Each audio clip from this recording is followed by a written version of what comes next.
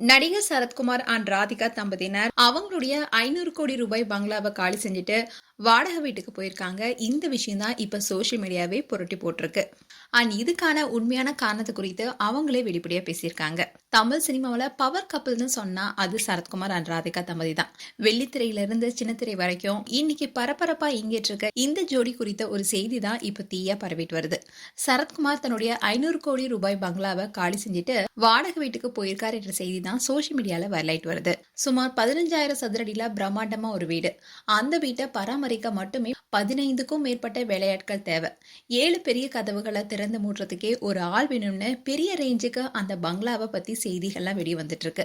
வீடு ரொம்ப பெருசா இருக்கிறதுனாலயே பராமரிக்க முடியாதனாலதான் சரத்குமார் குடும்பம் வாடகை வீட்டுக்கு ஓடிட்டாங்கன்னு சோசியல் மீடியால பல செய்திகள் உலா வந்துட்டு இருக்கு. இன்னிலிருந்து தான் சரத்குமார் இதை குறித்து வெளிப்படையா பேசியிருக்காரு.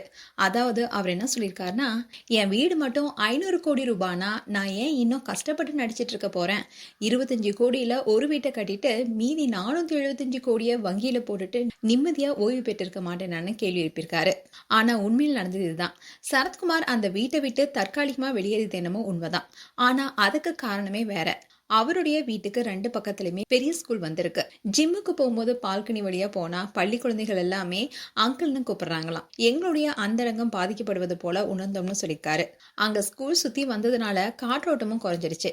காலை நேரங்களில் சத்தம் அதிகமா இருக்கு. இதனாலதான் அந்த வீட்டை ஒரு அமெரிக்க நிறுவனத்துக்கு வாடகைக்கு விட்டுட்டு 1 வருட காலத்துக்கு பிரேக் எடுக்க முடிவெடுத்துட்டோம். மார்ச் மாசம் அந்த வீடு மீண்டும் கைக்கு வந்துடும். அதோட அது சத்தம் கேட்காத, அதாவது சவுண்ட் ப்ரூஃப் வீடா மாற்றவோ இல்ல புதுப்பிக்கவோ திட்டமிட்டிருக்கோம்னு சொல்லியிருக்காரு.